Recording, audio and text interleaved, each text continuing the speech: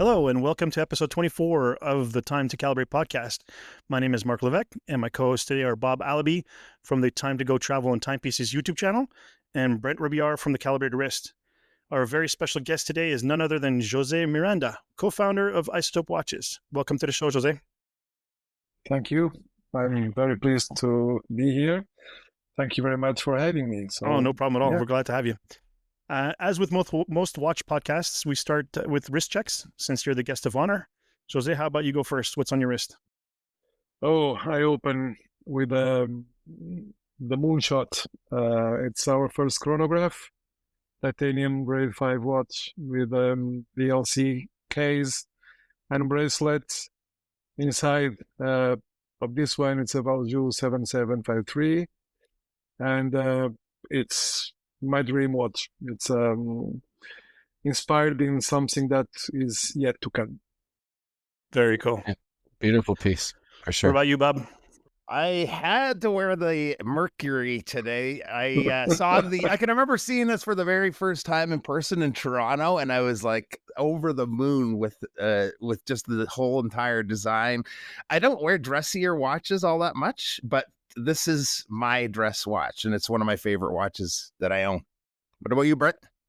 So I also have an Isotope on wrist this morning. I actually have the old radium black ink bronze on this morning, and I'm really enjoying that. Actually, I love the bronze. It's already begun to patina, this particular one, and I love the way actually, when a bronze case patinas, but when you have bronze hands, because they are sort of sealed off, they don't, and so you still have that hint of what it used to be like. I really love that. It's beautiful.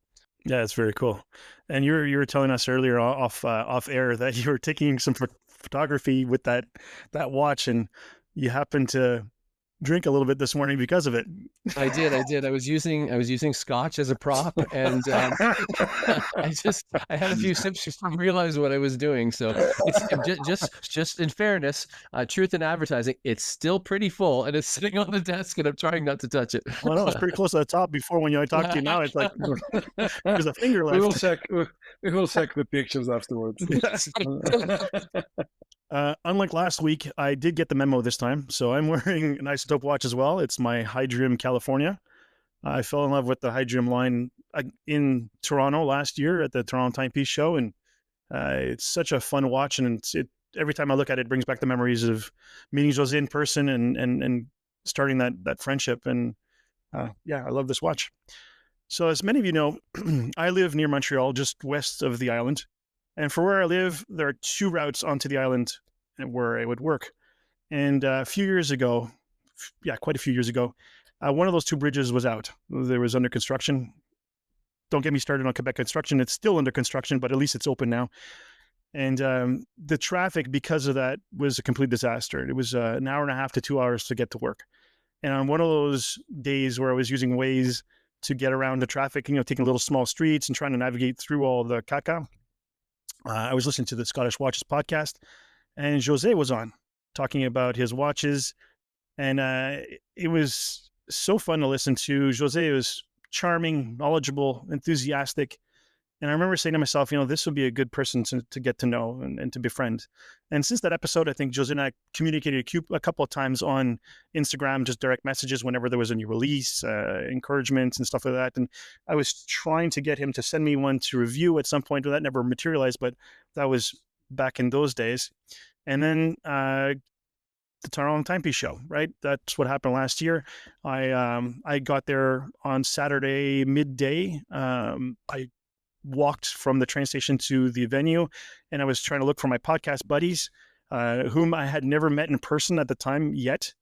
I ran into Brent. Brent, again, being the busiest retired dude in the world, was in the middle of hosting a bunch of talks in the theater room, and it was between talks, so it basically said hello, and then he was off in a flurry of smoke. And I kept walking around. I found Bob at the Isotope table, got a big bear hug from Bob, and then did my first round of the entire show, and came back, and I figured I needed a place to hang out. And I asked Bob if I could hang with him and Jose. And little did I know that Bob's stardom in YouTube would have him being pulled. Hey, can I take a picture of you? Or can you come and see me here? And hey, come and see this. And next thing I knew, I was alone with Jose, and this very busy booth. So I started helping him out and, sold a couple of watches, and we had a lot of fun and got to talk to him and get to know him. And, we struck a friendship there and, spent half the day on Saturday and most of Sunday together. And lo and behold, when Vancouver Timepiece Show came around, Jose asked if I would be willing to come down and help him again. So I did. And we spent 3 full days together, and that just confirmed that friendship and that, good working partnership wasn't just a flash in the pan. It was real. And since then, he and I have communicated several times, and I'm proud to announce that I've been appointed as the new North American brand director for Isotope Watches. I want to thank Jose for his confidence in me for this role. And to all those Isotope fans out there, if you think you've seen some exciting releases so far, wait till you see what we've got coming next, because it's pretty exciting. So that's my connection to the brand and to Jose personally. And I'll let my partners do all the questions today. Guys, please be gentle. First of all, congratulations, Marc, on the new position. That's awesome. Couldn't be a better person for it, I don't think. So good to see. If I may say something as well, I agree with you, Bob. Because I have been, and Marc knows, I've been chasing for someone for a long time now, and after meeting Marc and after understanding his curriculum and talking with many people, everybody loves him. So it will be it's the first and the only option that I couldn't be happier. So yeah, I think welcome aboard. I think you come on a good time. Marc told me a little story about you two. I think it was to Mike Pearson that you said, I found my Mike Pearson to Marc. Exactly. And Mike is the benchmark. I've met so many brand reps. I think he is one of the best in the whole world. Mike now has someone that can divide the benchmark with him. Yes, that's what I'm saying. That's what I'm saying. So Mike, and I know he will listen to this because he listens to everything. Mike is he's in my heart. I think everybody loves him as well. Oh yeah, he's an amazing guy, and he's in a brand that has deep meaning for the British market and for me as well, and for everybody, because what they are doing is simply outstanding. Mm-hmm. So I'm very happy that now I don't need to compare Mike with Marc. People will start to compare Marc with other people, which is good for us. Well, thank you very much, guys. If your job was to try to make me cry, it's almost worked. So I was thinking about back when you and I first connected, and when I was prepping for the show today, I was curious how long ago it was. So I actually have a way of checking. I checked back on my YouTube channel, and it was almost exactly 5 years ago. Right to today. The first video I posted on Isotope was on July 10th, 2020. It was the Goat Doe.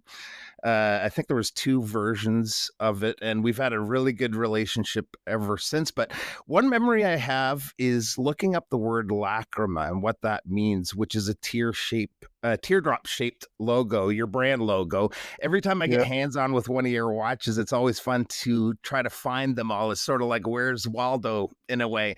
I realize I'm not sure where that came from though. Like, was there a reason behind that choice for the logo?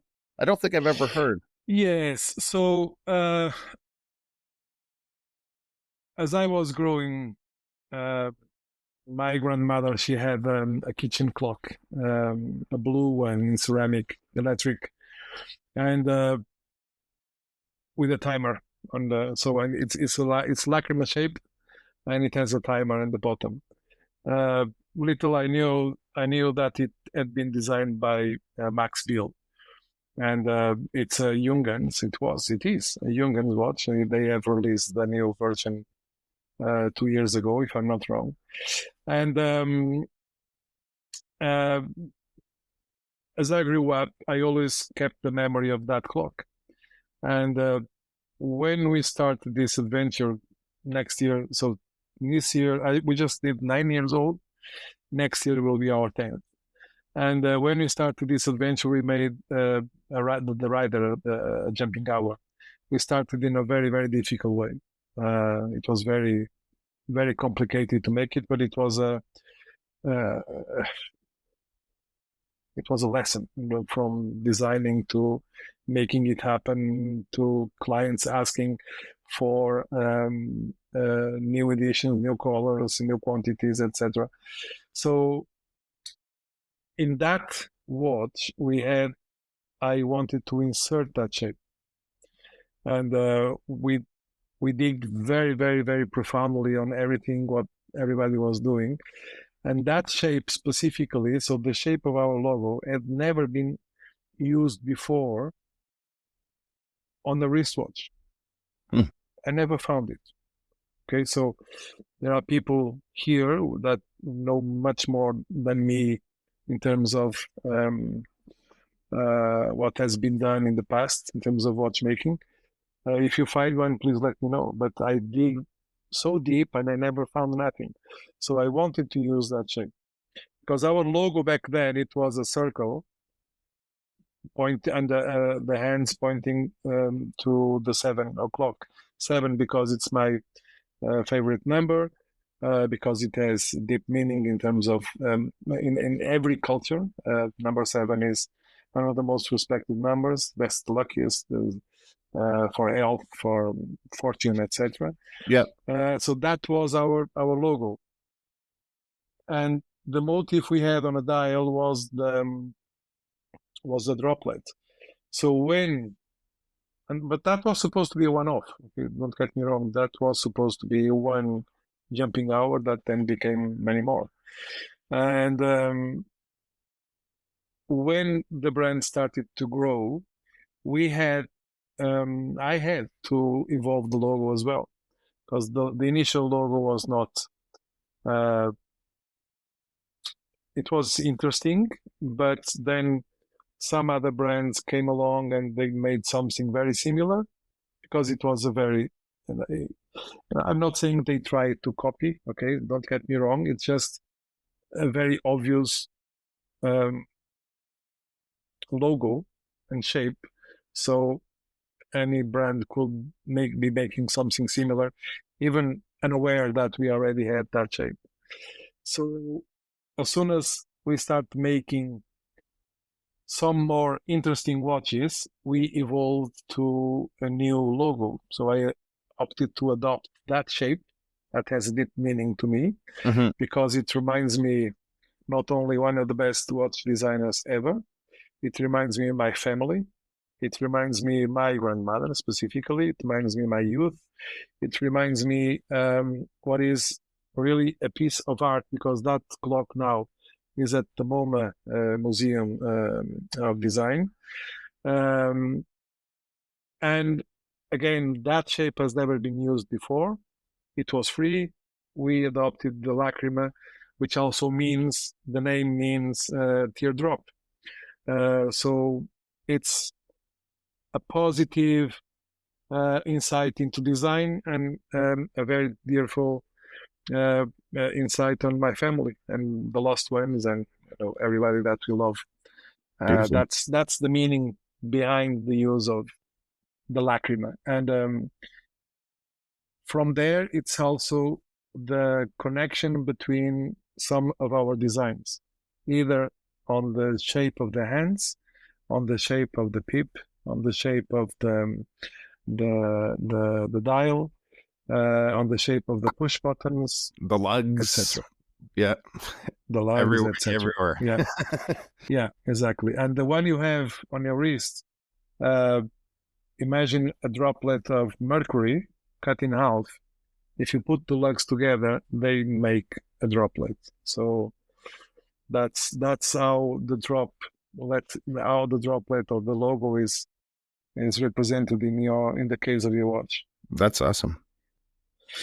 Yeah, the one you have, Brent, it's the first one that doesn't have a direct and obvious Lacrima on the dial. because we couldn't find a way to include it, and I didn't want to. We don't need to force it. It needs to come naturally. It needs to be there naturally. And so we only applied it on the case back. That's I was why. just going to say, yeah, that's Bob has brought up the Lacrima, and you've told us the story behind it. And I would almost expect that this story be deep and meaningful, because it's your designs. I think often involve a great deal of thought. They come together in such beautiful ways. And when I was photographing this watch, I was actually wondering, where was the Lacrima? And then it was only after having photographed the movement on the back that I realized that those divots all the way around were that exact shape. Yeah. And I thought that was really incredible. It's really beautiful. Now, people can, of course, they've come to expect that that's going to be incorporated somewhere in one of your watches, but otherwise your timepieces, they run the gamut of design and aesthetics. There are very few that actually look like one to the other. So I'm curious, given the wide array of designs that are available in the Isotope stable, what would you say is kind of your guiding principle when you set out to design a watch? So the first thing that comes to mind when we start creating a watch is something I see, something I read, something I observe, and or some memory that I suddenly it makes sense. I usually find connections between cinema or TV series or books or design or architecture. It's an amalgamation. That's how you say. Sorry, because I'm Portuguese originally, so my English is not my mother tongue. So, but I try hard. And so the concept began with something very simple, and from the concept, I study as much as possible to try to find what has been done in that area. And so I start eliminating things that I don't want to replicate, basically. So if something already exists, we don't do it. We go into another direction. Or if we do something similar, but must be similar in concept, but completely different in design. We don't make homage. We don't make nothing that makes people remember something that already exists. It can happen, obviously, because we are talking about a circle of 2.8 millimeters or 3 millimeters, so it's very difficult to keep innovating.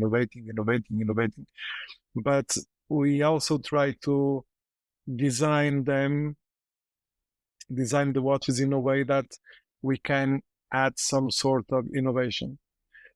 So we have a very basic structure. I speak we because I start the concepts, but then I discuss with the team.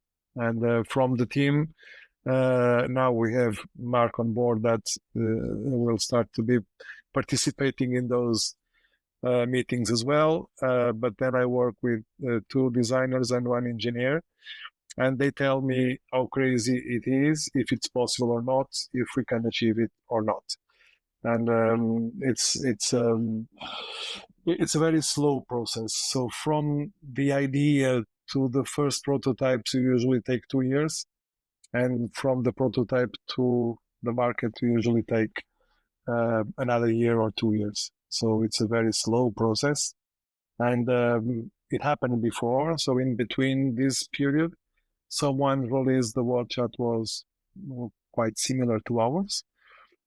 So we had to reset. That happened with the Moonshot, with the chronograph. That's why I decided to do something that has never been seen before. That's why it looks so original, and I'm very happy that it talks to many people. It's really, people understand the message. So that's it. There is no secret. The secret is if I see something that I like, and if I can adapt to the wrist, I will adapt it. If it makes sense. For example, the Bob, one of the he reviewed the Idrium wheel return. That watch, it's a reproduction of a door sign that is very common in North America. I will return at 8 a.m., whatever, or something like that. And the use of that sign, it made sense to me because 25 years ago, whatever, I was in New York and I loved the sign, so I was able to buy one back then. And every time I moved home, that sign came with me. And 7 years ago, I opened the box. There was the sign. The hands are teardrops. And I said, we must do this for the wrist. It makes sense. So, and that's when, not only with the review made by Bob, but also Fratello back then, and our photographer, a guy called Brad Holmes, that's when the brand really kicked off, about 5 years ago, more or less, because that watch was a breakthrough in terms of design. There were no divers with this kind of characteristics. There was nothing about 7 years ago when you start thinking about it, so colorful as the watches that I wanted to make. So this is a good example of how to adapt the design that can be extrapolated to the wrist. And I do that a lot with architecture, with forms, with shapes. And but lately mainly with cinema, which I'm a big fan. And that's how we try to connect between the world around us and something we can wear on a daily basis. Wonderful. Wow. So you've told me a little about how this all got started when it comes to Isotope. Could you share how it all began with the listeners? And were you into watches actually before Isotope as a collector? Yeah, so I started when I was 10 years old collecting. Okay. So about 5 years ago. Yeah,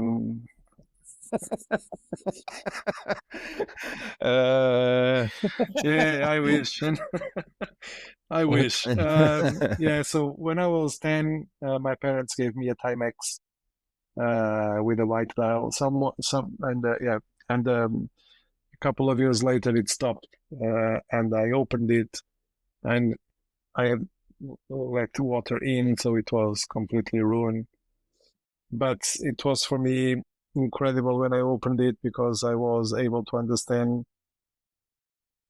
Well, I wanted to understand what the purpose of all those wheels, multiplication, etc. So from there, I started buying watches, the watches that were available back then.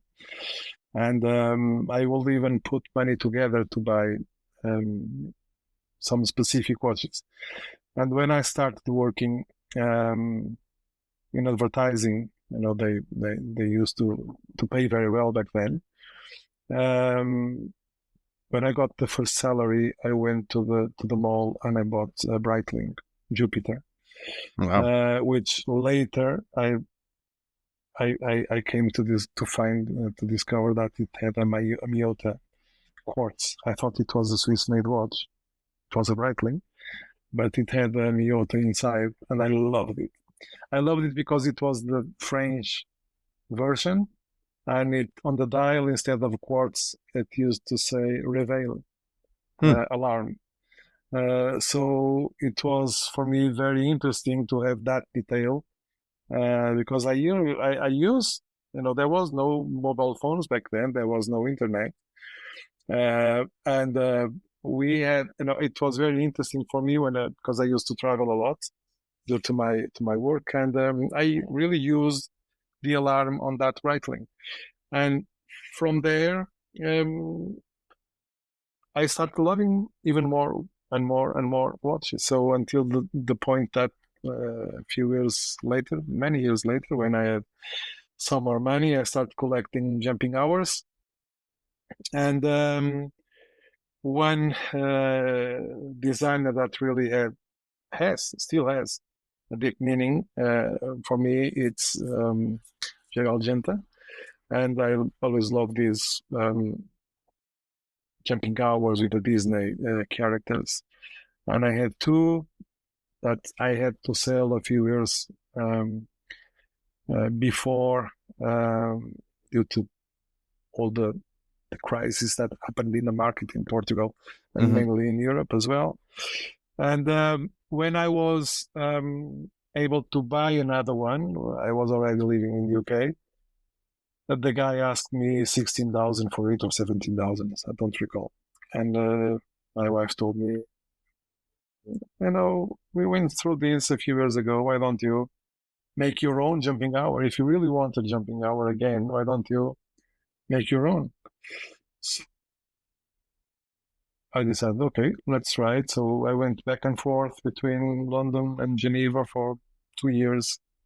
I met some amazing people, some people that are now partner at Christopher Ward. Back then they were independents; they were not under the same umbrella, and they helped me a lot understanding how to make a jumping hour. I used the same model that now it's in the bel canto.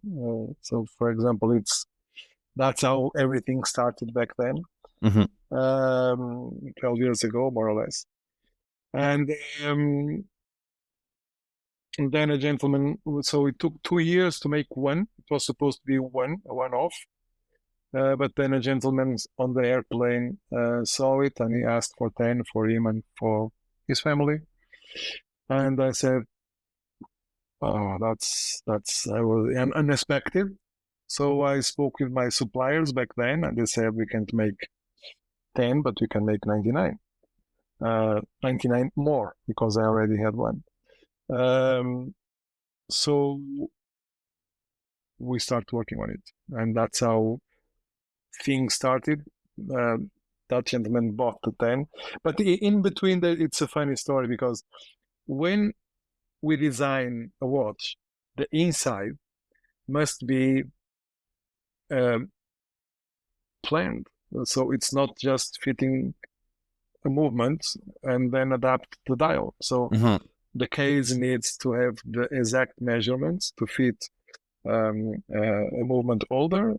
So then we can fix to the dial, to the hands, blah, blah, blah. And everything needs to be inside the watch, very solidly placed. When I had everything ready, I went to this same company that was selling the jumping hours, the models, and I told him I'm ready to buy 100 models. And he said, Jose, I'm so sorry, I cannot sell you the models. And I said, what's happening? Don't kill me, because everything is ready for the back then it was the ETA 2824 and the model, so I needed to fit in our jumping hour. I can't. I'm sorry. I can't. But why? I can't tell you. I can't. And I go, listen, tell me, because it's I'm going to die. Now I'm going to lose everything. And I said, I'm so sorry, but Christopher Ward just bought our company. Wow. So yeah. So this guy was in Vienna, and so it was a big lesson for me. So we need to always have a plan B. That's when when I try to design something, I always try to think on a plan B and sometimes on a plan C. Seems like that's a common challenge for watch brands to run into. Yeah. The movements and different components. It's very complicated. Very complicated, because you don't own from A to Z what you are doing. So you depend on suppliers. And if you don't have good suppliers, or if they by any reason need to change their plans, because I'm not blaming this gentleman in any way. Everything I learned was almost from him. So 2 years speaking with him. So it was. We still talk these days sometimes. But it was also good because I had to go to Lash Fund and find a new supplier. Mm-hmm. So there was a supplier there that just by taking slightly their model, I was able to fit in our design. So everything in the end went well. A lot more expensive, so I lost a lot of money. But it was good. And then when we were selling it, those 10 were for that gentleman, and then very quickly they was online, and very quickly people just bought it and it disappeared. And those people, they asked for a diver, so we made a good do.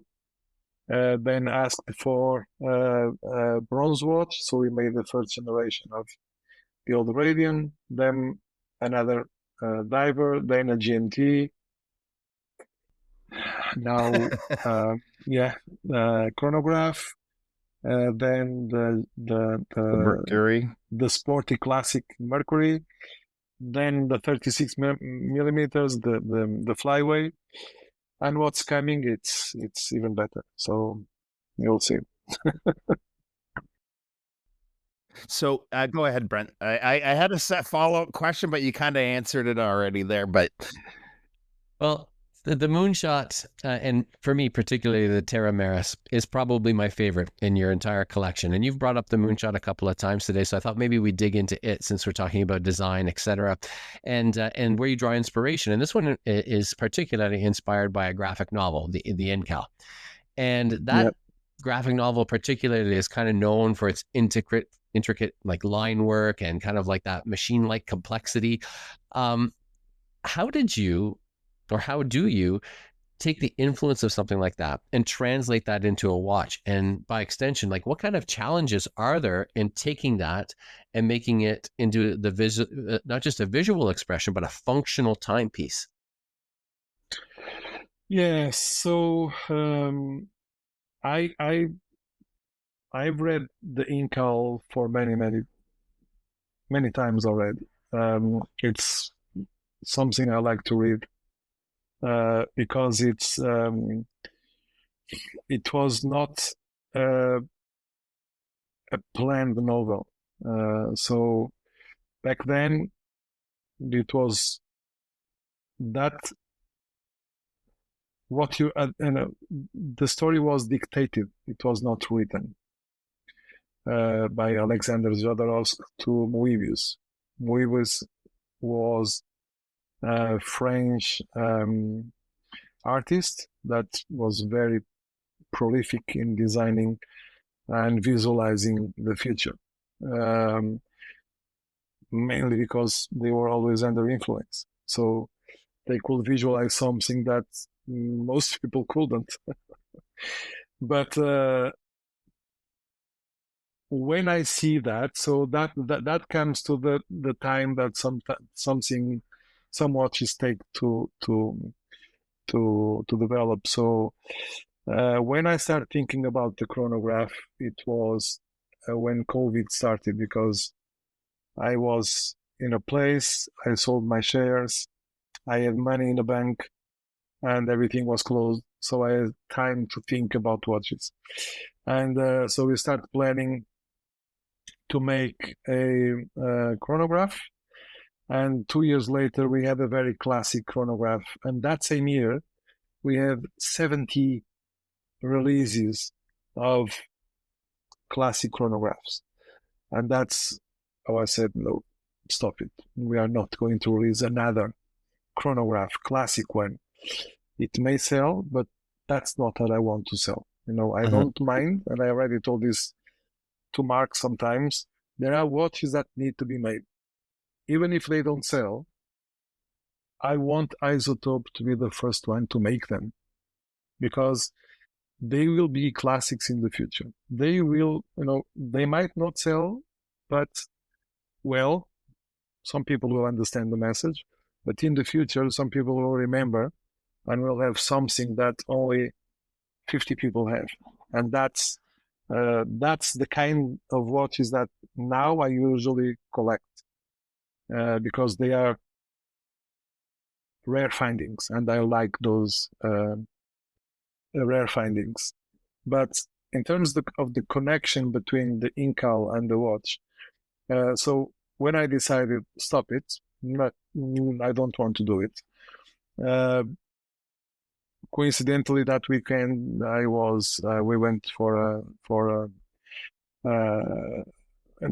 rest a little bit. I took the book with me and I was reading, and I started seeing all the designs, all the shapes, all the UFOs, all the components that are retro engineered, but not too much. It's very fluid in terms, it's very streamlined due to his huge capacity of designing interesting architecture, inexistent architecture back then, and inexistent spaceship shapes. So when I started absorbing all those designs, I spoke with my designer, and I told him, listen, I have a vision. I saw something that it might be very, very interesting. I explained the concept, and he added, okay, so we can probably also add some turbine components, try to make it more machine-like. So that's how we started to evolve. And then we started with the round shape. Then we got to this crystal that no crystal has ever been cut like this before. At least everything we searched, there is nothing like this. It's still a double domed crystal, but very slightly. The case, I love the case shape because it's very light due to the material, titanium grade 5, but it's also very industrial because we applied a coating of DLC, so it gives it a very post-apocalyptic look. And then on the inside, the watch was easier, okay, in brackets, to design because my designer, the one I'm working with, he is also an industrial designer. So he was able to apply to the ideas and the concepts that we saw on the incal to the lines and to the very straightforward shapes that we see here. So it was a way of have a very clean watch, but with very small details that you can probably only see when you when you look at it with a loop, with a magnifier. And when it was ready, I had the brilliant idea of saying, what if instead of hands we had discs to the dial, and those discs will cover the subdials, and we only read what we need to read. We cannot see anything else, that we can only see what it really matters. That's the idea. So getting rid of everything that is not essential to read the time. So when you look at this, it's very easy to read the time, the hours and the minutes. But if you want to chrono something, you can also do that very easily. And although the numbers are not very big, let's say, although it's a small font, you can read intuitively as soon as you start to know better the watch. Yep. And it's not every day that you cook a egg. If you want to cook an egg and chrono the time, the 2 or 3 or whatever minutes, it's very easy to read. If you do want to chrono something something up to 12 hours, you can do it as well. It's everything here, including our logo on the push buttons, that in a way will be extracted from those designs in the book. So the turbines, the lines on the push buttons and on the dial. So the dial needed continuity on the push buttons. That's why we have it. The gear shaped crown, the very angular crystal that represents some windows and those spaceships, and also in some of the architecture that he has. So all these details are then complemented with a machine-made case and finished by hand. So it's very, very soft to touch the titanium. It's very comfortable to activate and to pause and to reset the chronograph. Everything makes sense here. Even the bracelet that is tapered in a way that it's fluid. So the titanium bracelet and also the rubber strap. Yeah, it's a work of love. It took 2 years. It took 6 months to get to the right design. After I had the stupid idea of adding the discs to the dial, it took us almost a year to make it work, and then almost a year to find a manufacturer that was really able to do what we wanted. So it was really, really difficult because most people said it can't be done. But here it is. It works. It's perfect. Well, it has certainly paid off. It's a beautiful watch. Yeah, for sure. Thank you. So you've done a few collaborations with different artists for dials, that sort of thing. Is there a dream collaborator out there you'd love to work with, a certain designer or a brand you'd like to work with? Oh, I never thought of that. No, I because I usually, I think the only one, I might be wrong, but I think the only one that I chase sometimes was Seconde. Because he's such a brilliant guy, such a genius, such incredible. And you guys did the Hydrium together, right? The Hydrium. Yes. What was that called? We made. It was called the Autopsy. So Autopsy, it's isotope on the opposite, because we were changing our logo to the new one. So that the Autopsy was the death of our old logo and the transition to the new one. But before that, he released a watch with someone. Oh, exactly, with the brand that is very rare. What's the name of them? They are now sponsoring Williams, the Formula One team. You don't recall? I can't remember. Yes, it's a Swiss brand, very, very, very, very advanced in terms of ideas. They do amazing stuff, and I love what they do.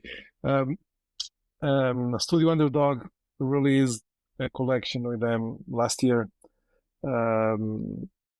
Moser? My God. Yes, thank you. So he did a release with the seconds hand were rubbers to erase. Mm-hmm. He did that, and when they released that, I said, "Oh, freaking hell!" Because I had a design to do that exactly, and not exactly, but very similar to what he did. And I said, I can't release this. So, okay, so who is this guy? And I start seeing his works, and I start observing him and following him and understanding, trying to understand his way of thinking, but I can't. He's way ahead of all of us. It's really really incredible. Yes. I've had an opportunity to chat with him several times. I actually invited him to the podcast. Unfortunately, he's very much an introvert and doesn't like being, interviewed or even on camera. But I was talking with him about design and this other stuff, and I came up with an idea, and I hope that eventually he gets to do it. And I'm going to say it now, so that way it's out there, recorded somewhere. And he should make a watch that has a sub-second dial and a center second, and call it Seconde. That's a good idea. And that's it. No flying things. Just something really, really subtle. And Seconde. And he liked it. I don't know if he's ever going to get it done, but he's being pulled in so many directions. Everyone wants a piece of him. Yes. So. If you notice, this year he has not been doing almost nothing. I think last year it was 2 or 3 per month, so he needed to step back. I spoke with him in Geneva a few weeks ago, and we might be cooking something, but it's not solid yet. So, but he liked the concept. Well, he liked the watch. The concept will be his concept. So that's how things happen. I don't. There are a few collaborators and most of them, they just send me an email or they know me and they ask, would you be interested in, will this make sense? Mm-hmm. And if I like the idea, oh yes, let's try. So we have a few amazing collaborations coming in the next few months. Incredible collaborations. They are not very famous per se, but what they do is so good, so good, that I hope that our watches are a platform to show more what they do. But we have people from Japan. So I'm working on a project that Marc saw the other day, and he loved it.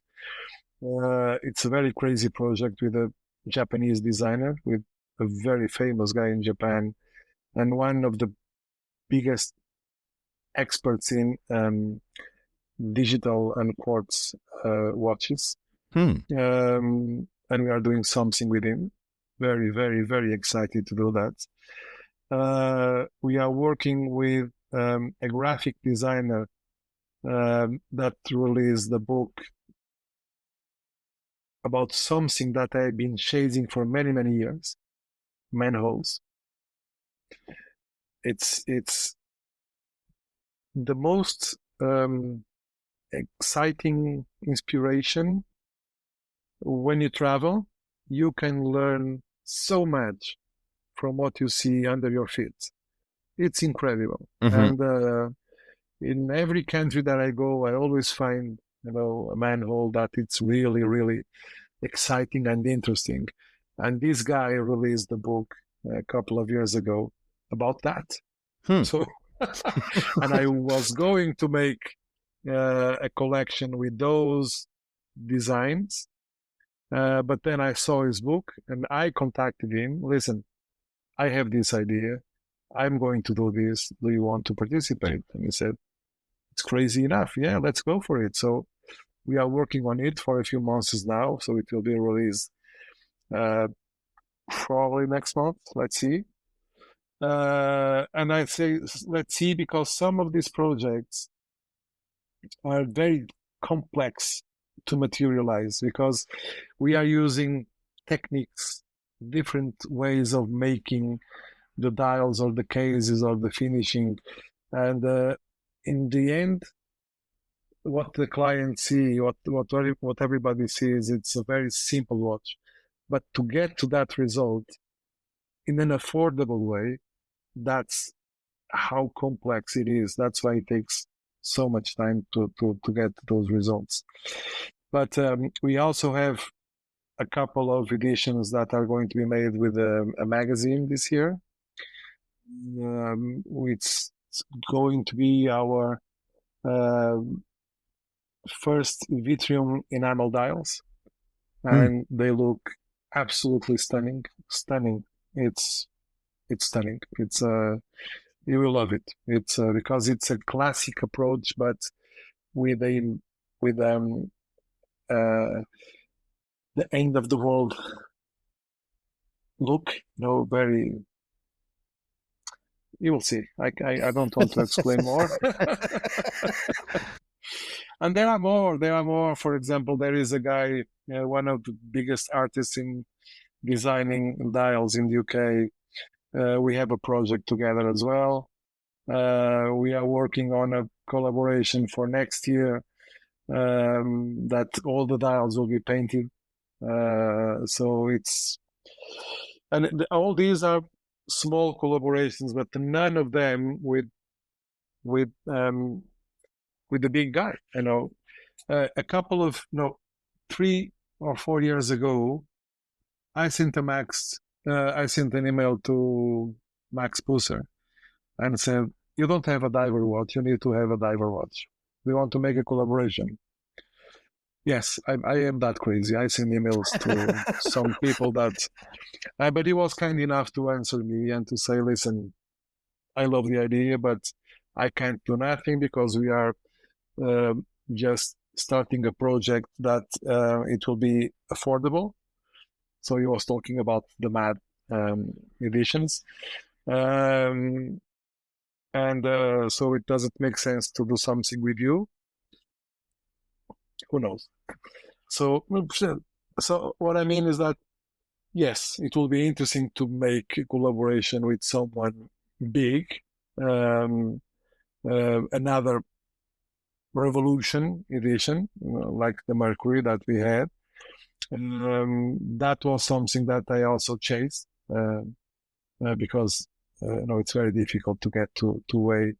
But when he saw the designs that we had, he said, "Oh yes, let's do this," and it's our bestseller ever. So yeah, but at this stage, I'm not worried about the dimensions of them. I'm worried, or I'm interested on the quality of what they do. Even if it doesn't sell well, if it makes sense in my head, to be part of our collection, great, let's do it. I was just double checking my phone a second ago because I had a question about a watch and I wanted to make sure it was out there to the public. And it's on your Instagram. But I've seen the OVNI prototype a couple of different times now. And you recently posted some photos of the production models. It seems like there's some pretty major, it's still the same feel when it comes to the watch, but there's some pretty big design changes, makes it a little more streamlined and refined. Is that like a common thing from prototype to production? Is there big changes like that you often make, or? Yes. Do you want to talk about it, Marc? Yeah, sure. Yes. Otherwise, you cannot only be the host. You need to say something about it, right? I've seen the design improvements on the OVNI, and we were talking about them at the Vancouver Timepiece Show. It's going to be slimmer, which is very important. The case back is going to be screwed down with screws as opposed to being snapped, which is what it was on the prototypes you've seen. The minute hand's going to be slightly longer, and the shape is just slightly more refined. And I think we're going with the Jouperet movement as well, which is going to be an upgraded in as far as the power reserve is concerned. It's going to be spectacular. The final designs were approved. I believe the productions are being done now. We should see them very soon. I can't wait to share these watches with people. Every time I've showed them at the various shows, it's, you have 4 or 5 people standing there and go, "Oh, wow." Ooh, ah. and then it just gathers more people to see it again. And that's the reaction around the world. So we have been showing it for the last year, not only in North America, but also in Europe and UK. And hopefully in the end of the year in Asia as well. So what's happening with that, when we show it, that's the reaction. It's, wow, what's happening here? And it's also a very crazy idea. It's a wild watch. Oh yes, it's and I wanted it. I want it to be the celebration of our 10th anniversary. But if I need to release it as soon as it's ready. So in November it will be ready. Yeah, I had a guy at the show in Vancouver had it on his wrist for 20 minutes and just kept on staring at it. When is it coming down again? When can I get my hands on it? I have to wait how long? And he was enamored by it. It is such a wild design. And like most Isotope watches, there's nothing else out there anywhere near as close or looks or functions in this way. And it's a conversation piece. I mean, there's nowhere you're going to go where someone's going to see that thing work and not be impressed and not want to know more about it. I think it's going to be a big hit for our company. Yes, it has to. The investment behind it, it's It has to, or your job's on the line there, Marc. I can always fall back to podcasting. No, but if, for example, that concept came because I was, reading something, and suddenly I saw a technical drawing of the spaceship Jupiter 2 from the TV series Lost in Space, the 1960s or 70s, not the recent one, which is also interesting, but I like the original one. And that shape, so I thought it would be amazing to make a watch that looked like an UFO. OVNI. OVNI means in French, Portuguese, and Spanish means UFO. It's exactly the same meaning. Yeah, objet volant non identifié. That's it. Objeto voador não identificável. It's the same, exactly the same structure. Easy for you to say. Exactly. And so when I had this idea, I wanted to innovate in a few details, like, for example, the crystal. The crystal is a donut. It's 3mm crystal, and it's not a diver, so it makes the watch quite heavy. But it's empty. The centerpiece that connects the rest of the watch, it's metal. It's stainless steel. It's not crystal, so it's not crystal under the metal. The whole case, the legs, they look like the spaceship. But then we had a problem. This is, to make a jumping hour, we can, but what's the function of all the 360 degrees we have around the 380? No, we need to do something here.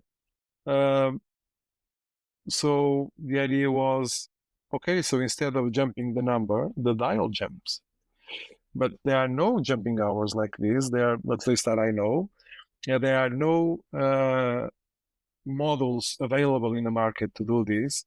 So the last 2 years have been used to develop the models, to make it work on this design. And it's been a huge investment so far, crazy investment. But now it's streamlined the way we want. I want it even thinner, just like Marc just mentioned. We are aiming for 12. Not sure if I can keep it affordable at 12. Maybe at 12.5, 13.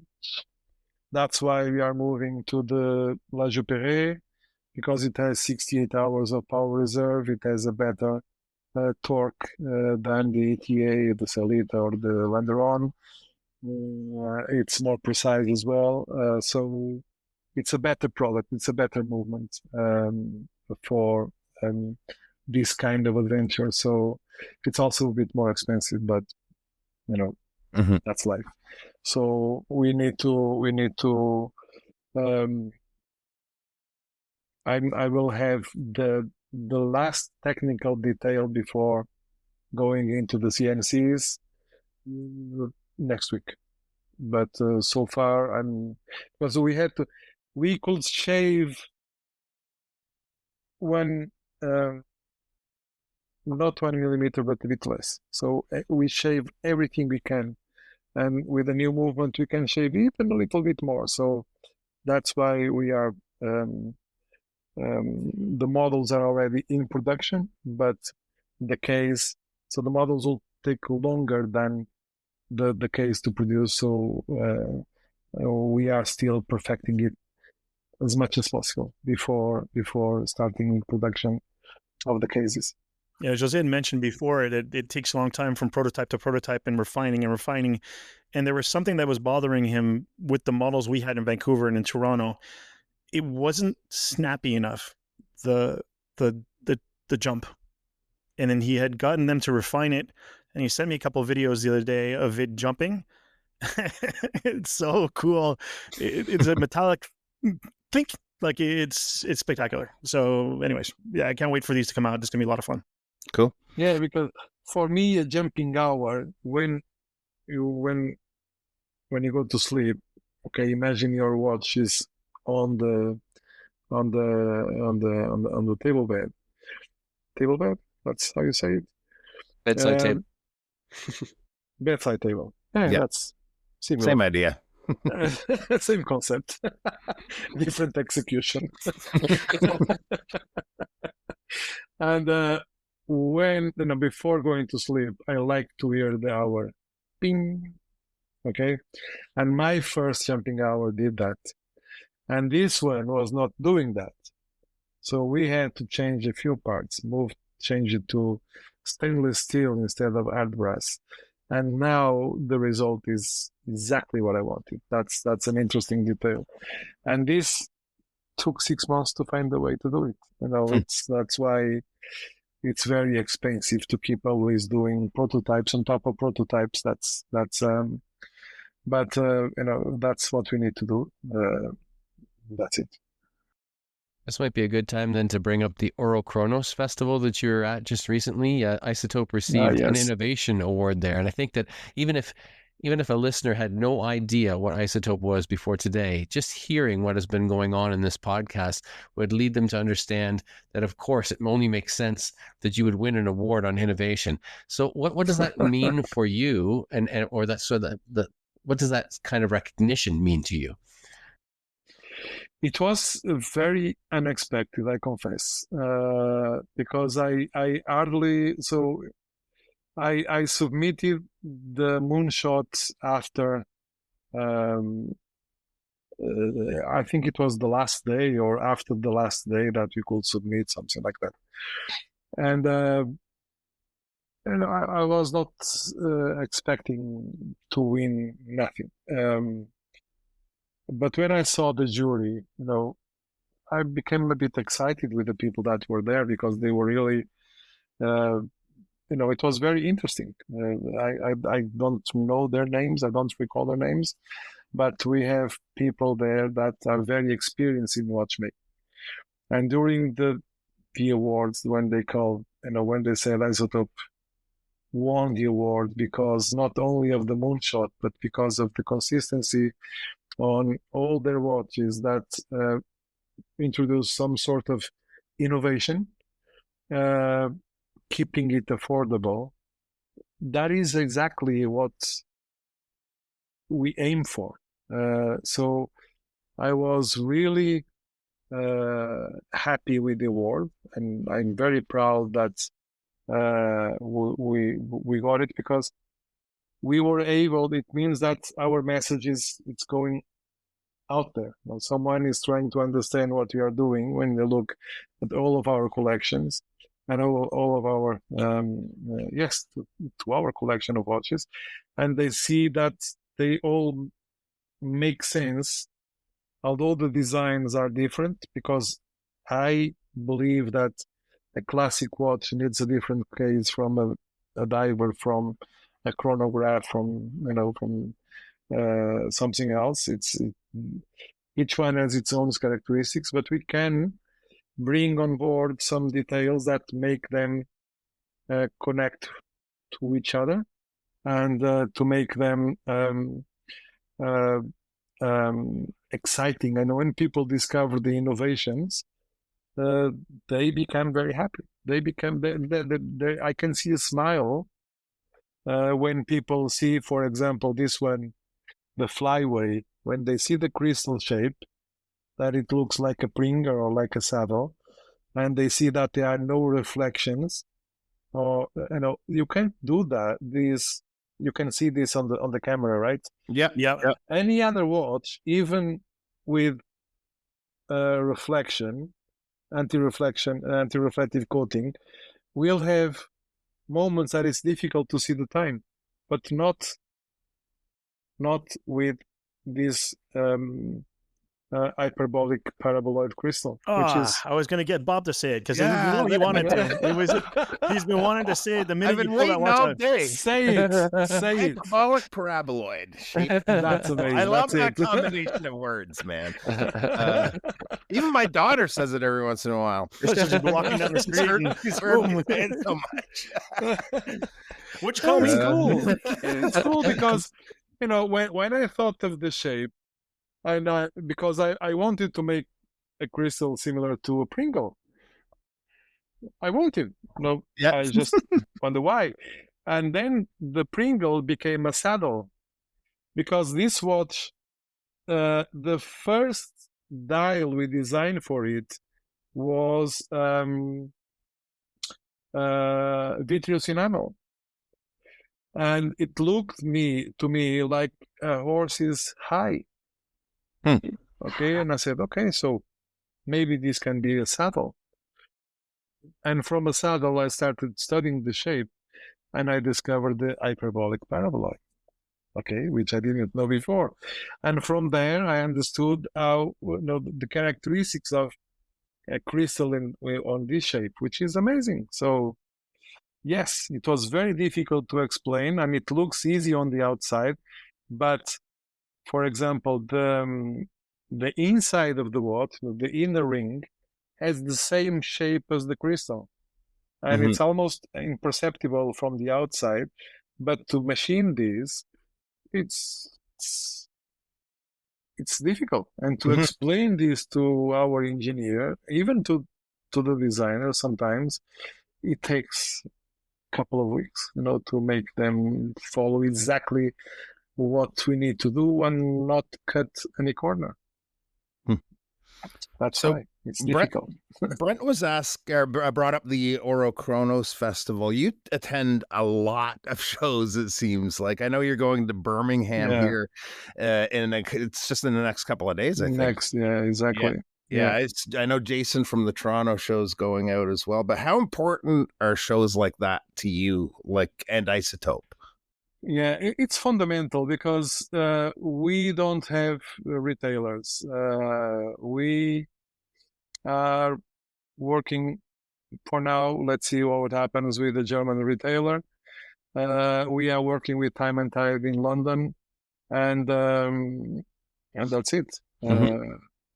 We have a concierge in New York, and now we have Marc that will restructure all we need to restructure in North America, but we don't have retail, so we need to be present in as many places as possible to show the watches, to allow people to experiment them, to try them out, to feel the weight, to feel the quality that it's inherent to each watch. Without doing that, we don't have a showroom in North America yet. We are aiming for that. Hopefully next year we can do that. But this is the only way we have to be next to our customers and to allow them to try the watches. That's why we travel a lot, and the investment has been huge. To be present in every little or big event. That's why we are also having private viewings in around Canada in a few locations. So yeah, it's the only way to be closer to our customers and to show the brand to people that don't know. That's why we are trying to do different cities from what we did last year, to get to as many places as possible. But there are events like the one in Toronto and that it's coming in the end of the year. We were there last year. It was one of the best and most interesting events we had in 2024. So why not 2025? Yep, I love Canada, so why not? Plus we're there. Yeah. You get to hang with us. Yes, that's the reason. That's only because of that. In fact, both Marc and Bob have shared their origin stories with you, but that's actually where you and I met for the first time, was at the Toronto show last year, and then of course again in Vancouver. But while we're talking about shows and what they mean for Isotope, we were talking to Felix Wallner from Hanhart in our last episode, and one of the things he said about going to a show was really interesting. He liked the fact that he was meeting up with watch enthusiasts who knew maybe more about watches than he did, because his tunnel vision was on what Hanhart was doing. And so he would take their feedback and their commentary, and he would take that to heart. And that would sometimes influence their designs or what they do, with future releases. Do you see the process in that same way for your brand development? Absolutely. Yeah. Of course. For example, this OVNI, just like Marc referred a few moments ago, everybody around the world in the last year has been saying, wow, what is this? Wow, I could wear this. This is the watch I'm expecting to. This is my next watch. Oh, I want to buy this one. That's what people say. It's a fact. So that, for me, it makes understandable that it's going to have a huge success. For example, the Good to Do that we released a few years back, it was a huge success as well. And now we designed the new one, the new Good to Do. It's the Good to Do 2.0. And I took a few examples to a few shows. But among the other collections, no one was picking it up. And I saw that in 3 or 4 events. No one was picking it up. So we can see that some of the watches we have, people get them, or the orange, or the yellow, or the tobacco, or the flyway, the Terramaris, or the chronographs, or the OVNI, or whatever. But that Good to Do prototype, no one was touching it. What's happening? So I made a poll online, and I understood what people want. So now we are going to make new dials.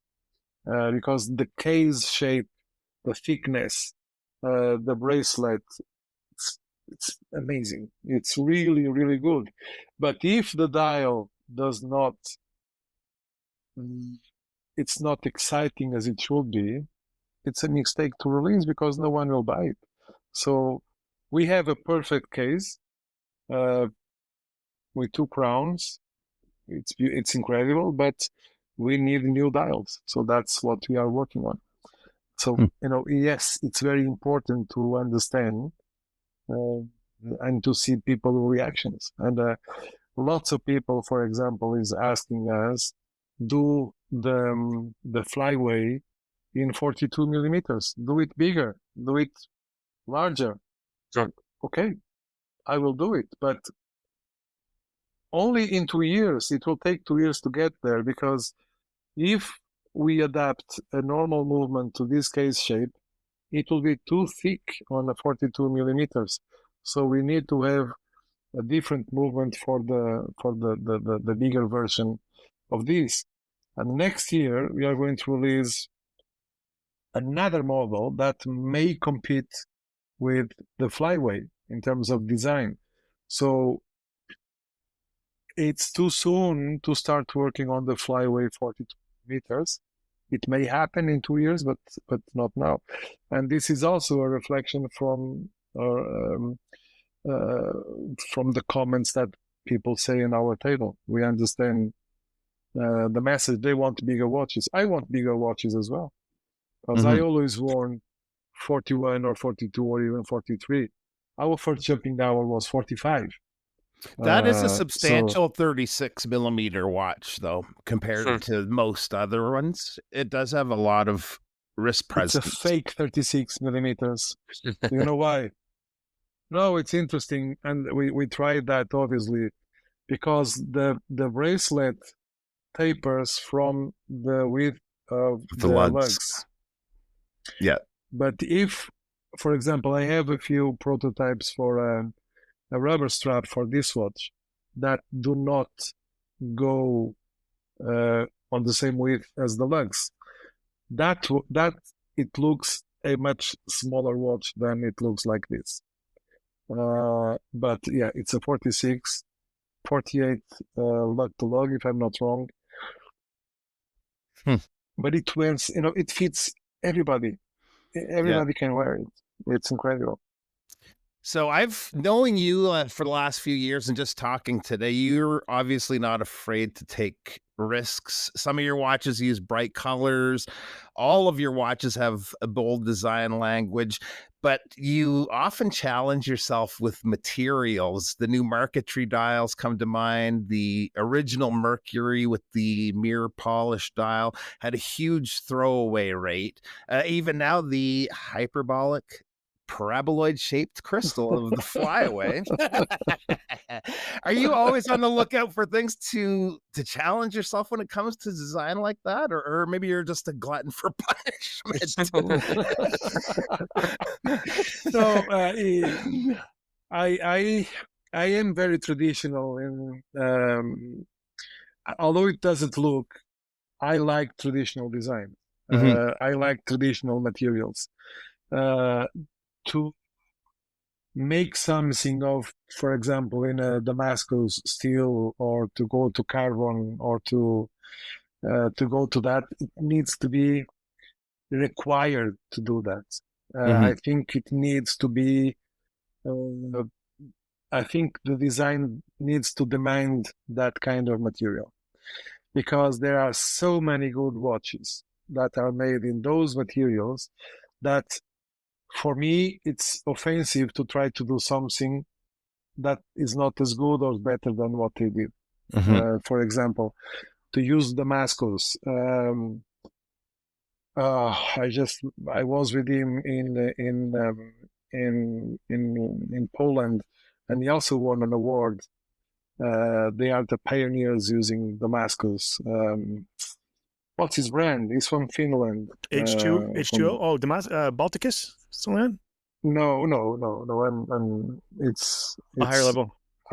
Much higher level. Yes, it's Sphera. I'm sorry. No, it's not a micro brand. Well, it's an independent brand, but not on the micro brand sphere. Okay, got it. It's equivalent. No, but it could be, but it's not him. I don't recall their name, but I will. Rolex. I will. So, and I spoke with him, and I told him, listen, I love what you do. I can't do nothing similar, so that's why I'm not touching the Damascus steel. But when time comes that I find something that can be used on, I will. For example, the carbon cases. There are a few mainstream brands that have done a few amazing watches with carbon cases. I didn't find the reason yet to develop one in that material, but when I do, I will. Dials with stone. Last year I was on holidays I spent a few days in Chamonix in France, and I visit. I love Chamonix, so yeah, it's not the first time we were there, but the glacier, since the last time I was there, now it's 20 meters down. It's crazy. So we went to visit the cavern that they create inside the glacier, and the walls, they have this water icy look with light behind, and I said, this is incredible, and I took some pictures of it, and I came home and I was thinking about it, how to do that, but on a watch. How can we create some ice to do a dial like that? and I sent a few pictures to a few dial suppliers, and one of them came up with amethyst, a stone cut with one less than a millimeter, and it's transparent, and it's ice. Wow. It's ice. So it's exactly the same as we have on the picture. So it's going to be our first stone dial, because before that I wouldn't dare to do a dial based on stone, because there are so many amazing brands, including some micro brands, doing stone dials that I never used it before. Now it makes sense. So it will be released just like the name says, before or during the winter. Hopefully we can even release it with Marc when it starts snowing over there. So it's something else. We have some, I've seen it, and it's not just the dial that's going to be spectacular. You guys are all in for a treat. Cool. Yeah, that's great. It's a different one. So materials for me are very, very important. But for example, this one, it's 904L. It's as expensive as titanium, grade 2. But why advertise it? So people start to scratch it and try to make it. There's no point in advertising it. We have a few innovations in terms of materials, but let's keep them hidden, because no one needs to know if they are there. For example, the watch you have on your wrist, the mercury case, it has indeed an anti-scratch coating, but we never advertised it because we don't want people to start testing the coating. It's pointless to say, try it on because it has because if you ding it, it will ding. Yeah. Just like any other watch, but it has an extra layer of protection that will keep the watch clean, except when they fall in the cement. Ooh, I don't even want to talk about that. Yeah, it's not very.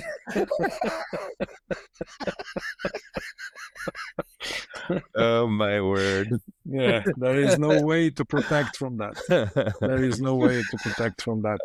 But in a normal life, even, for example, my wife loves to do something that I had to get used to it, which is to wear the watch with the other. With bracelets. Oh, bracelets. Yeah. Silver bracelets, gold bracelets, blah, blah, blah. With stone, without stones, right? Oh my God. Yeah. The mercury, it's like new. The mercury, the mercury case, it's more resistant than the iridium case to those kind of things. And people are always afraid, it's a very, very polished case. It will scratch easily. It will scratch just like any other mainstream watch. If you ding it, it will ding. But if on the normal wear, it's more resistant than any other. I can promise that. Don't try it. Don't do it. Okay, just. We've talked a lot about. Bob tempted to. Friends don't let friends wear watches and bracelets on the same wrist. Well, we've talked extensively about Isotope watches and about innovation today, but we just only scratched the surface of your own collection. So maybe we'll end with this question. When we were on the C bus out in Vancouver, you shared with me a kind of quirky collecting habit that has to do with movies. Why don't you tell the audience a little bit about that? Yes, because I love cinema. I always work on the film production side of advertising. That was what I did all my life, or most of my life, in the last until COVID. And I had a huge collection that I had to sell before moving to the UK for financial reasons. And after a few years, I was able to rebuild part of that collection. But some of my watches, I don't want to ever own them again. I don't want to go back to Rolex. I don't want to go back to Gerald Gente. I don't want to go back to Breitling. I don't want to go back to other watches that were meaningful when I was collecting, all over the place, just because I liked the watches or because they were. There was no good investment before then, so the Rolexes were not as valuable as they are these days. The Gerald Gentes were not as valuable as they are these days. So in the last 15 years, the market changed a lot. And also my life changed a lot. So now I think twice before spending money in something that it's unnecessary. I learned the hard way that having loans to buy things for the company, it's not the best way to manage a company. So I am very careful where I have my money these days. And but I still like to spend money in things that give me pleasure. So cinema gives me pleasure. So why not collect watches that are related to cinema and to the movies that I really love to watch and rewatch and rewatch. One of them is Jaws. It's my favorite movie. I watch it 2, 3, 4, 5 times every year since it came out. So I know a few lines by heart now. And next year, for example, we celebrate 50 years that the movie was released. So I will have a very special edition just for friends, where the case back was designed by an artist that is a very dear friend of me, and he designed his interpretation of the Jaws poster. Oh, that's cool. Where he's going upwards underwater to snatch the girl. So, but that's something I am doing. But for example, Seiko just released a watch celebrating the 50th anniversary of Jaws. It's in your face. That's not something I would buy just because it says Jaws. No, I like the Ulster watch. I like the original one that was used when filming the watch. I like the Kontiki because of the documentary that was done. I like the Seikos that were used on Alien. I like this kind of watch that really tells me something. Another amazing film that I really love, it's Interstellar. And we have the Hamilton Murph. The Hamilton Murph you see there, it's a 42 millimeter with, and now we have, it's the 38, but their edition is the 42. They have the Morse code on the second hand. And I have that watch. I don't have it now because someone from my family, asked me so many times that I ended up giving it to him. And I regret, because now I'm trying to find another one with a Tesseract box, and I can't. I don't know why people are not selling them, which is interesting. But that watch means a lot to me. And for example, we are designing, and this one, Marc is already collaborating on it somehow. We are designing an unnecessary diver.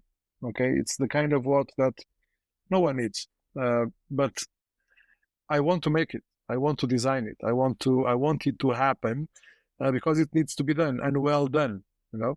Because we start designing it, and Marc is an encyclopedia about watches, send me a picture saying, "Oh, look, your concept was already done in the 90s." I think it's the 90s, right? Something like that. I don't recall, but and I looked at it. Oh, okay, we are safe because it's really ugly. So we can do something really well done. But the idea came from the Adrian together with something else. It was not inspired by it. And the way we are working on it, and we are working with a Canadian designer, which is also very interesting. It's a teenager grandpa. Matt.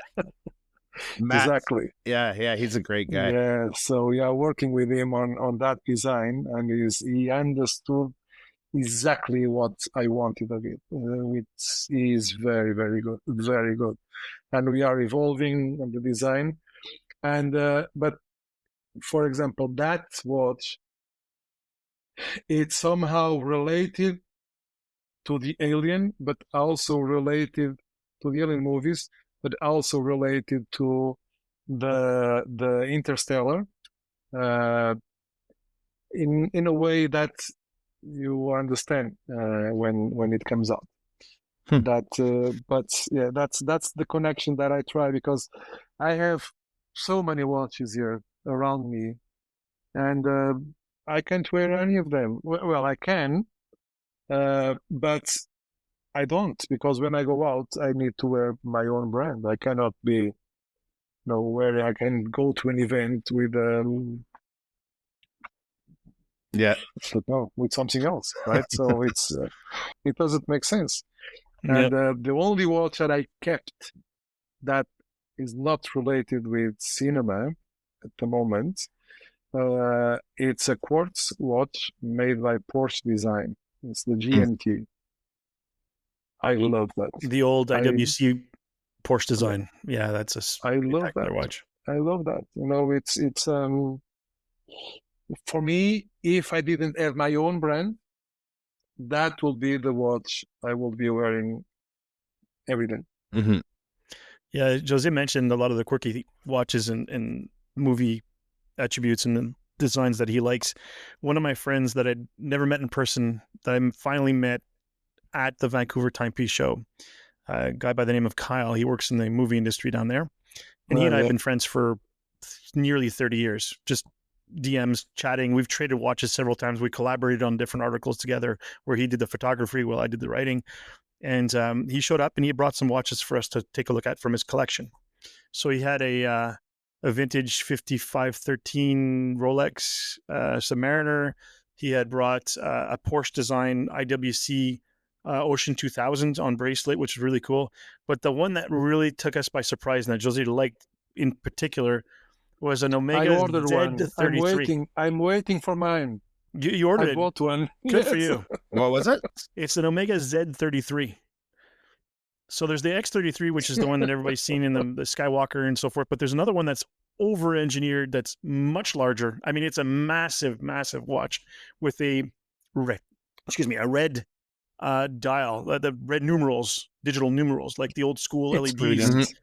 It was spectacular. Brilliant. And Jose and I were staring at it, and we had all these more. We saw A. Lang & Sons. Yeah. We saw a bunch of watches that weekend, some Vacherons, but that's the one that stuck out for me because I'd never seen one in person before. That's and Jose absolutely loved it. And well, proof is in the pudding. He went and bought one. So, yes, no, that is, it's an horrible watch. It's ugly.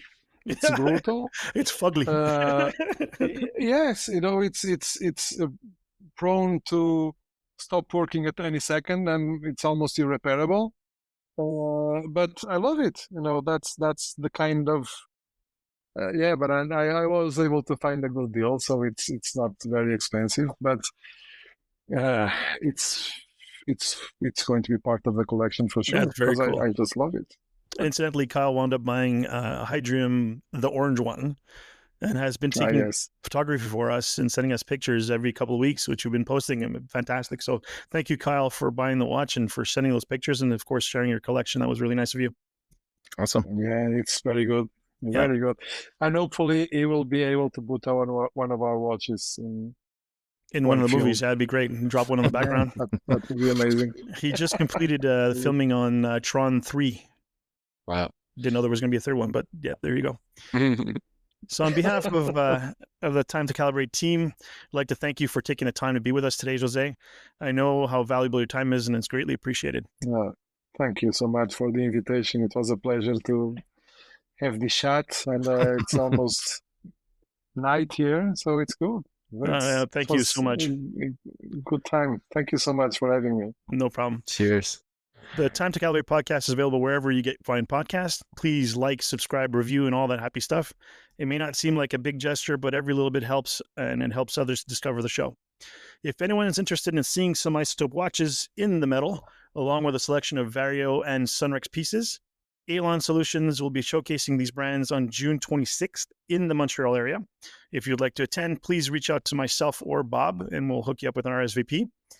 And our next episode will be a hostful. It'll be our 25th episode. We're going to do a first-year pod and review kind of thing. If anybody has any suggestions or wants to ask some questions or comments or anything, or if they want to hear me go off on another rant, please let me know. You can DM on Instagram, and our email address is timetocalibrate@gmail.com. Until then, T2C out.